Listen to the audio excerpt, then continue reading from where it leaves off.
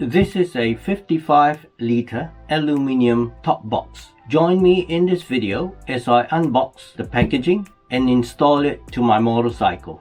The 55-liter aluminum top box for my motorcycle was delivered in this box. It was sealed. I have just previously opened it so that I can inspect it. But I will unbox it now just to show you how it was packed. That's the product label, 55FX Silver. It is packed in bubble wrapping on all four sides, on the top as well as the bottom. I would say though that the bubble wrap and the carton are not entirely protective from high impact knocks during shipment. So fortunately it did not get knocked and dented. The top looks good. I'll take it out now. So this is a 55-liter aluminum top box. It has two aluminum bars on the left and right hand side to allow putting cargo on the top and strapping it down. It also has 1, 2, 3 and 4 latching points on all four corners. So in terms of being able to attach additional cargo to the outside of this top box, it will be easy with all these latching points they have provided. I'll spin this around. So the corner protection from these plastic moldings, perhaps it's ABS, is good. And these look like they may be aluminum rivets, which is good. On the back, again, we have the two latching points on the corner, plastic hinges. If I flip this around to expose the underside, you see that it has plastic footing on four corners and there's a universal mounting plate which needs to be fixed to the motorcycle rear rack. Because I have the bottom locking latch unlocked, I can release it like this, and this rack can be removed by pushing it down there, and you'll slide out. So on the top side of the plate there are 1, 2, 3, 4 bobbins, and these bobbins have a groove in them that enables the bobbins to slide into the top and to the bottom two slots. When the bobbins are secured upwards, then this tongue is locked by this locking bar. The black color plating is not very good quality. I can see some surface rust, so the plating is probably very thin. So what I may do is actually spray some black paint over this to prevent it rusting further. Another example where the black color coating is not very good. I can see here that this does not have adequate black coating on it. It's exposing the color of the metal underneath. To actually unlatch the locking mechanism, even though it has been unlocked, there is this small bar in here, and what I need to do is push down on the bar and that will release the latch. If you look at it, this bar releases the catch to allow the latch to open. With the key slot in the horizontal position, the symbol shows that the lock is in a unlocked configuration, there and there. Similarly, the lock on the top, the key slot is also in the horizontal position, which shows that the lock is unlocked. Again, I cannot just open this without unlatching it. And if you look at the underside of that latching mechanism, again there is a metal bar. If I push on that bar, that will then allow me to release the latch. The latching mechanism is the same as the bottom lock. I will measure the external dimensions of this top case. The width of the box from the aluminum edge on the left to the aluminum edge on the right is about 460 millimeters. If I measure from the edge of the left plastic corner to the edge of the right plastic corner, it's about 475 millimeters. The depth of the box from the front aluminum edge to the back aluminum edge is about 383 millimeters. If I measure the depth of the box from the plastic corner on the front to the plastic corner on the back, it is about 395 millimeters. The height of the box from the base to the top of the bar is about 335 millimeters. Now I will open the top lid.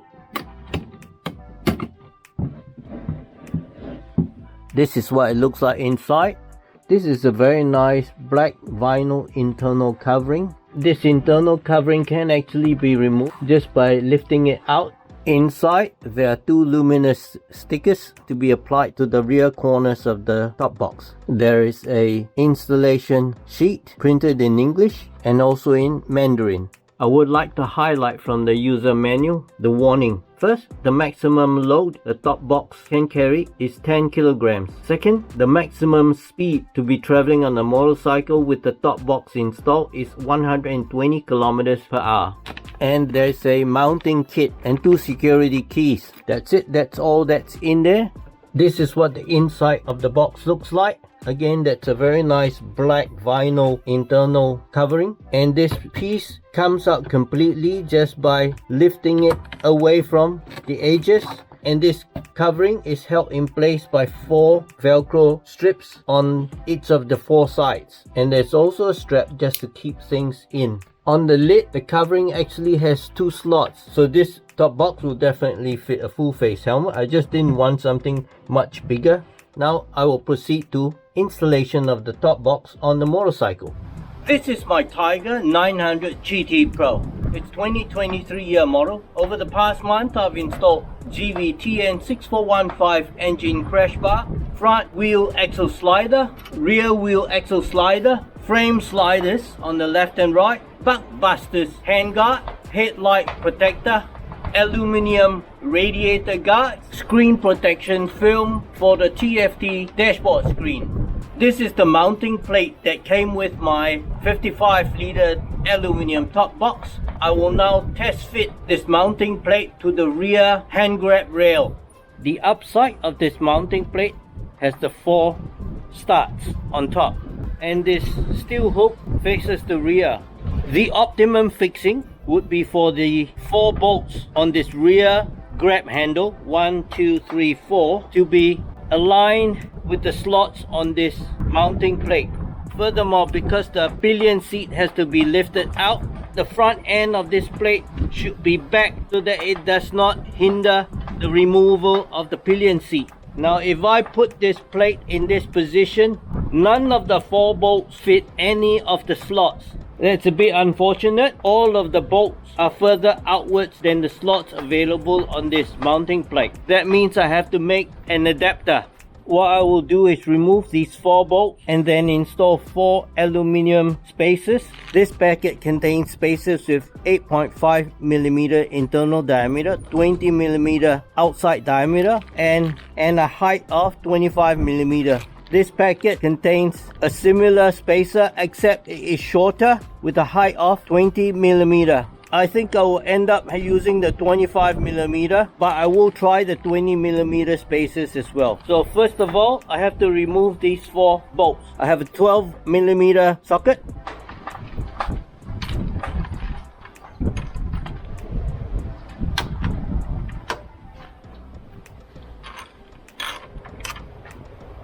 This is an M8 bolt. I will not remove all the bolts because I don't want the hand grab handle to go out of alignment. I have here an M8 bolt, 50mm long. I have a stainless steel washer, 16mm outside diameter to fit this M8 bolt. This is the 25mm long aluminum spacer. Insert it into the threaded hole. I want the 25mm spacer to give this enough clearance over the outer edge. Hand tighten it only at this stage. Similarly, the second bolt with washer and 25mm spacer, hand tighten only. Now that these 2 are fixed, I can remove the other 2. Again, the M8 bolt, 50mm long, stainless steel washer, 25mm spacer. My plan is to use the same height spacer, even though I could use a shorter one here. If I use a shorter spacer here, the angle will be different from the intended slope of this grab rail. Secondly, if this is shorter, then the plate will be at an angle to the surface at both ends. That means the plate will not be fully engaged with both surfaces, and if I tighten it, it will bend the plate, and that's not what I want. So I will use equal spaces on front and back. 4th bolt with stainless steel washer, and again the 25mm length spacer. I cannot mount this box plate to these 4 bolts because I have not yet made an adapter plate. And I've made a cardboard template that I can put on top and mark out so that I got the positions of the 4 bolt holes. Then once I have the positions of the 4 bolt holes, I can drill a hole on the cardboard and then mount this cardboard template, followed by putting this mounting plate on top and positioning it to the right position and then marking where the slots are. And with those markings, I can cut a steel plate to fit. It'll take me some time to make that adapter steel plate. So in the meantime, I'll retighten these 4 bolts to factory torque specifications 25 Newton meters. I have here a Warren and Brown torque wrench. I've set it to 25 Newton meters. I'll need a 6mm hexagonal Allen key for tightening.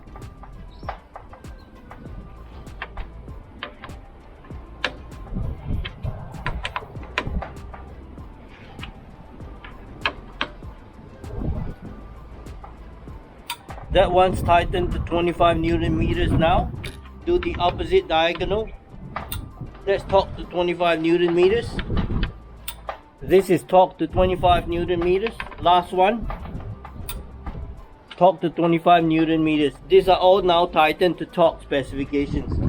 My initial idea was to cut a steel plate about this size and bolt the steel plate to these 4 bolts sitting on top of these aluminum spaces. But when I investigated a little bit more, this mounting plate has to sit back about here so that in position I can release the pillion seat if I want to. The back of this edge must not hinder the pillion seat from being released. In this position, the 4 mounting bolts are approximately here, there, and there. What that means is that if I use a flat adapter plate, the 4 bolt positions will hinder me using any of the slots. So instead, what I'll be doing is this. I have here a rectangular hollow section steel tubing. The size of the tubing is 65mm by 35mm. What I'll do instead is cut a short length like this, one for the right hand side, one for the left hand side,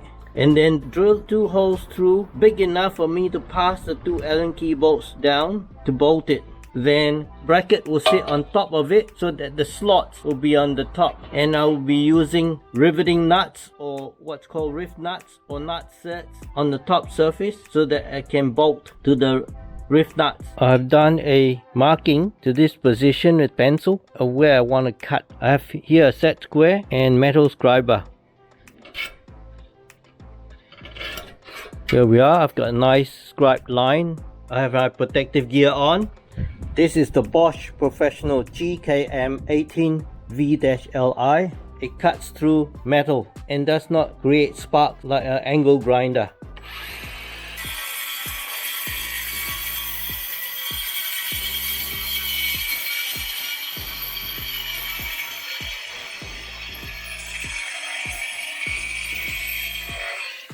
There you go, that's a very nice straight cut.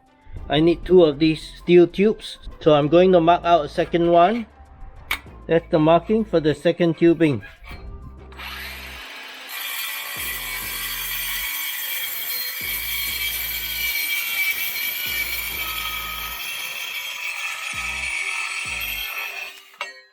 Here we are, the second tube cut. I have a smooth file, a bastard file, and one of the smaller square files. I'm going to smoothen the edges.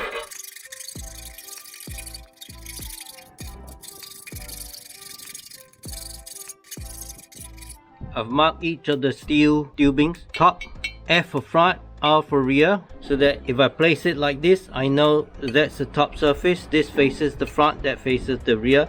I've done that for the left and right tubings. What I want to do now is place this where I want it to be and have the bolt head positions transfer to the bottom of the tubing. To do that, I will first put paper masking tape over the head.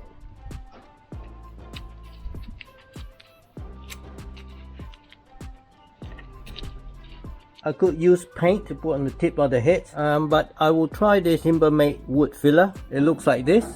I want to try using the wood filler because it's not runny like paint. So if I put this over the head, hopefully it will transfer to the steel. I will also mark right hand side to know this is the right hand side tubing, and left hand side to know this is the left hand side tubing. Gently touching it, ensure that the filler touches the steel completely. Lift it up gently, and there we have it. One marking, second marking. Now I'll use my pencil and just outline it. I can now remove this, and the heads are still clean. This is a vernier caliper. I will now use the vernier caliper to measure the center to center of the two bolt heads. And this says to me that the sloping distance between the two bolt head centers is 11 centimeters. So this is the bottom surface of the right hand side tubing. That's the forward facing bolt head position. That's the rearward facing bolt head position. I have here a center dot punch. I will use a hammer and the center dot punch to punch the approximate center of that marking.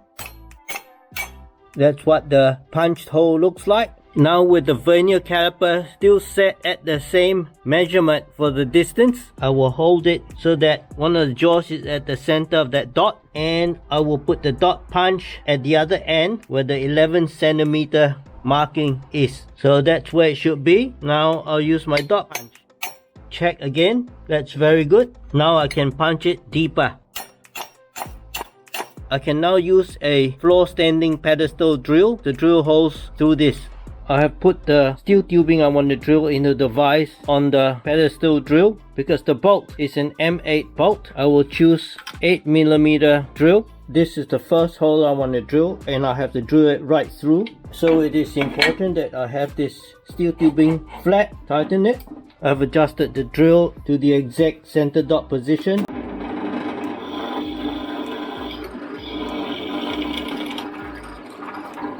That's done. That's a hole through there and a hole through there. I've repositioned the drill for the second hole.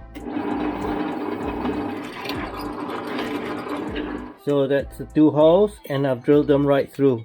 What I'll do is flip the tubing to show the top surface, and then I'll have to drill these two top surface holes bigger because these holes have to pass the bolt head through. Measuring the diameter of the bolt head with my vernier caliper, it looks like the diameter is 13.2 millimeters. This is a 13mm drill bit. I will try this first. Let's start. Just do a check. Yep, it's still too small because this is 13.2mm. I might as well drill the second hole 13mm first as well. This is a Makita GD0800C die grinder. I'll have to use the die grinder to just slightly widen the diameter of the top two holes.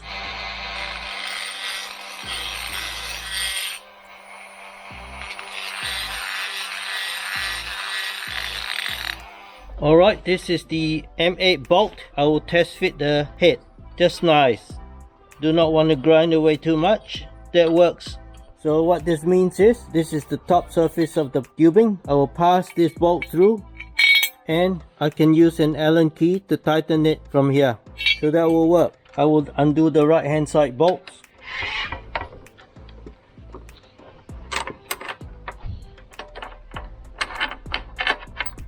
And because I'm not using a wide flat plate, but rather using rectangular hollow section tubes, I will replace these 25mm tall spaces with the 20mm tall spaces, which is better to lower the tray and the top box to reduce the center of gravity. I have a magnet here, and the steel bolt will be attracted to the magnet. I believe the hand grab rail is aluminum, because it does not stick, but the threaded body inside the hand grab rail is steel, and that's where the magnet grabs. I will use this plumbing washer so that this aluminum spacer doesn't scratch the surface, and because this tubing is steel, I want to electrically isolate the aluminum from the steel so that they do not chemically react over the long term and cause corrosion. I do have a stainless steel washer. I'll just put that in there and drop the steel bolt through. Similarly for the second bolt. Pop that in there with the washer, and it should go through. What I do want to check with the vernier caliper is how deep the hole is to the bottom of the thread, so that I make sure I'm using a steel bolt that's long enough. Vernier calipers are very useful. It is to the bottom of the hole, and it says it is 62 millimeters deep. If I look at this, that means I should use a longer bolt, at least another 10 millimeters long. Having measured the depth of the hole at the rear and at the front, the rear is deeper than the front, so I use a M8 by 60 millimeter bolt for the rear and M8 by 50 millimeter bolt for the front. Put the steel washer in there and put my bolt in. Put the second washer in here, put the 50 millimeter bolt through. There. Right, it looks like the 60 millimeter bolt on the rear and 50 millimeter bolt on the front works. It's not shaking, so this is only temporary, so that when I mount the same tubing on the left hand side, I can then place the mounting plate on top and mark the holes to drill. Now that I know this right hand side tubing works, I'll remove it and use the drill holes as a template for my left hand side tubing. This is the right hand side tubing that has been drilled. This is the left hand side tubing to be drilled. Now the two holes will be on the left edge here towards the front like this. So in order to use this as a template, I will just reverse this upside down and put it on top of this tube. So now if I drill this way, it will be correct. Alright, I've aligned the two tubings so I can drill. That's the M8 drill bit.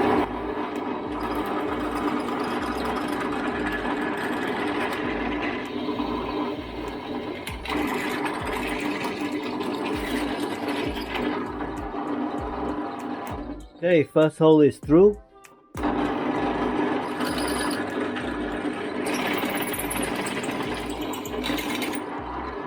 Done.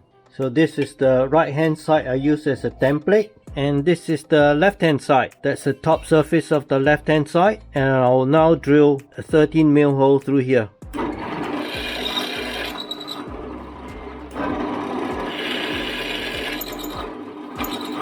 Again, to use the die grinder to cut a bigger hole.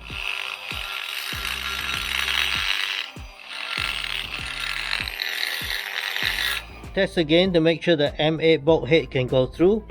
Yes. Yes, that's good.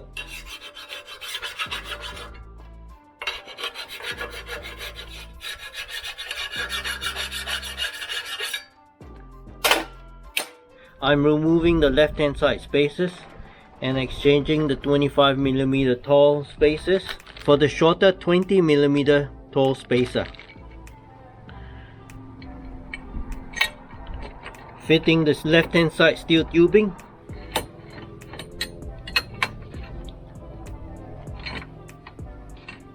Left hand side done. Now for right hand side.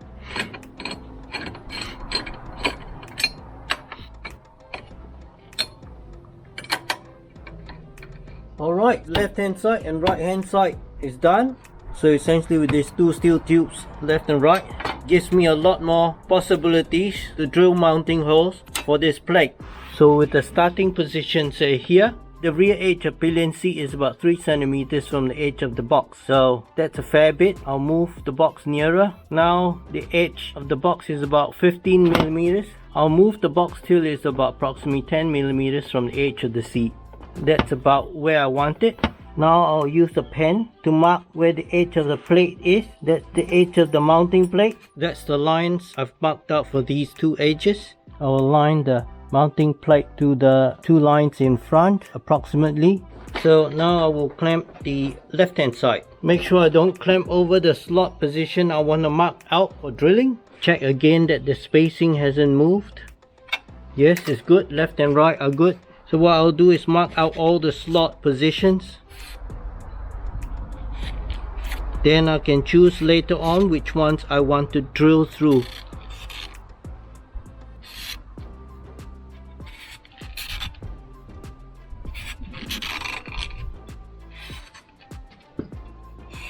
I will have to change the clamp position to mark out some of the other slots. It's most likely the slot positions I want will be this one here, this one here, this one here, and this one here. Now that I've marked out all the slot positions onto these two steel tubes, I can remove this mounting plate, then remove the two steel tubes and drill holes in the slots that I want. I need my 6mm Allen key.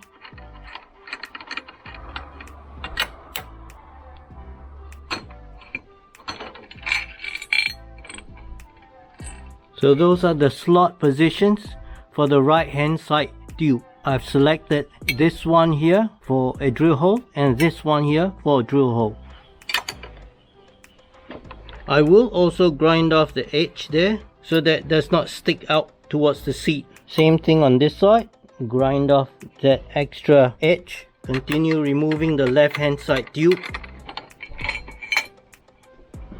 For each steel tube, I need a minimum of 2 holes to fix them. So one hole is here, second hole is here, but I will add a third hole here for safety redundancy in case one of the bolts fails. The bolts I'm using will be M6mm bolts. So what I'll do is drill a hole with the drill bit that is 6.5mm to give it a little bit of allowance. Now for the middle hole. The third and last hole on this tube. All 3 holes, 1, 2, 3. This is the right hand side steel tube. This is the line for me to cut off this section. I have here a Bosch GWS 25-230 angle grinder, AC powered. Done. The edge is sharp, so I need to file to smoothen it.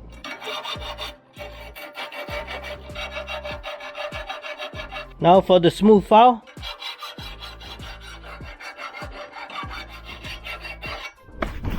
That's good. I might as well file this side as well.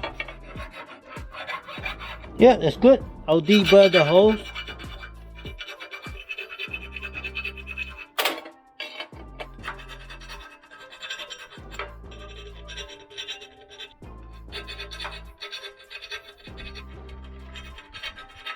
This is the right hand side tube. That's it. That's the top. Done. 1, 2, 3 holes to screw the mounting plate. Now for the left hand side tube. That's good. This is the left hand side steel tube. All done. To finish off these 2 steel tubes, I will paint them. But before I do, I want to do a test fit first with the box mounting plate to make sure that all the holes are in correct position. I've only temporarily secured the 2 steel tubes to the motorcycle hand grab rails. I've only hand tightened this box mounting plate to the 2 tubes. So I've checked all the 6 holes. They match the slots and all the bolts can go in the 6 holes. So that's good. Now for the final test to fit the box to the mounting plate. On the base of the box is this plate that is riveted to it. There are 4 slots, 1, 2, 3, 4. These 4 slots need to slot into these 4 pinions.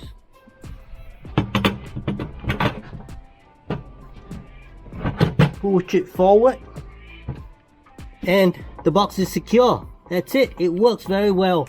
And I have given the box enough allowance so that the seat can clear the box. That's good. The test is a pass. That's what the underside looks like now. I'll take these tubes out and paint them. I've taken off the pinions and the latching hook from the box mounting plate, and I intend to spray paint it because the original coating from the factory is not good. It's very thin, so I might as well give it a coat whilst I've got this out. For the mounting plate, I will use this White Knight flat black oil enamel spray.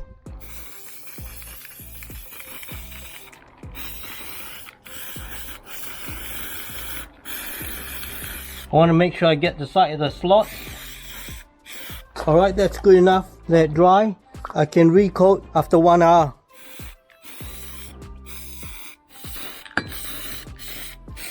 Alright, now to let it dry for 1 hour before the second coat. It's 1 hour since I first sprayed.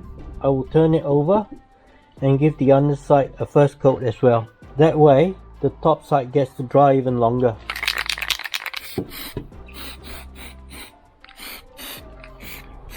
Alright, that's it. Now to let the underside first coat dry. The two steel tubes and the mounting plate have both received 2 coats of paint on the top and underside. I'm now ready to install it to the motorcycle. I'll start installing the left hand side steel tube. For each bolt, I will have a stainless steel flat washer and a stainless steel spring washer on top. So I'll slip these washers in first and then insert the bolt. Now for the rear bolt, I'll put the bolt in first and then slip the spring washer in to the bolt so that the spring washer doesn't just drop. There, I've got it in. I can start screwing this bolt in. Just hand tight for the moment. Now for the right hand side steel tube, same thing. Put a stainless steel washer for the front. Get the short 50mm bolt. Put the spring washer through the bolt. Bolt and the hole is aligned.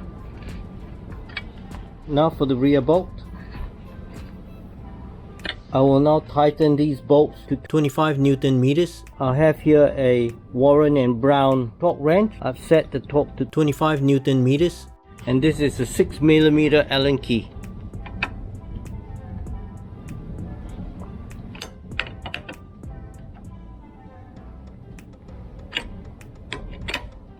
Torque wrench has clicked. That means this is now 25 Newton meters. Reset the torque wrench again. This is also clicked, so that's also 25 Newton meters. Now to do the left hand side. This is clicked, so this is now tightened to 25 Newton meters. This is also clicked. So all good. Both steel tubes have each steel bolt tightened to 25 Newton meters. Just as a simple check.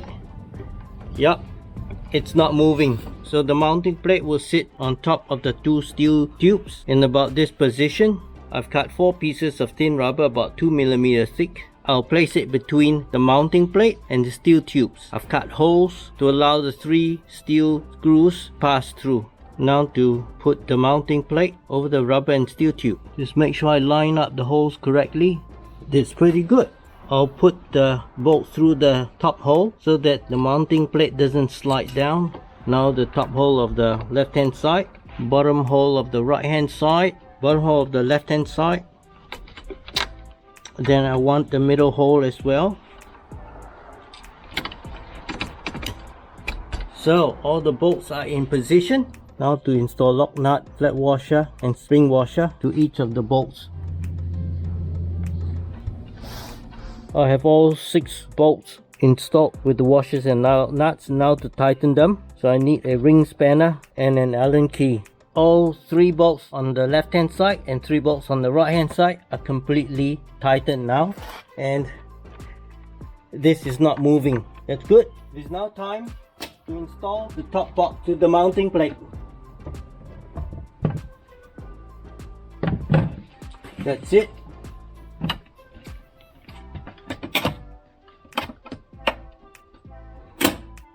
That's it, done.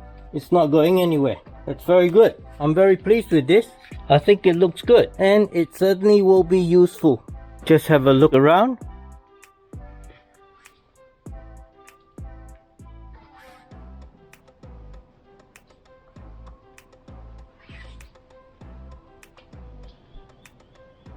I've now added the luminous stickers to the left and right rear corners. I like it for safety reasons. I'm really pleased with this top box. I expected that this being a box with a universal mounting plate supply, I would have to customize my own mounting plate to fit my Tiger 900. If I bought one of the name brand top boxes in Australia, or for that matter wherever you are in the world, it would have cost me probably over $1,000 because I would have to buy a motorbike specific mounting plate and also a plate to attach the box to. All in all, I'm really pleased with this top box and I look forward to many rides where I can carry cargo, tools, even go grocery shopping with this. I do hope you enjoyed this video. Do hit the like button and subscribe to my channel for more, so you'll get notification when I upload more projects I've done on my Tiger 900 motorcycle. Thank you so much.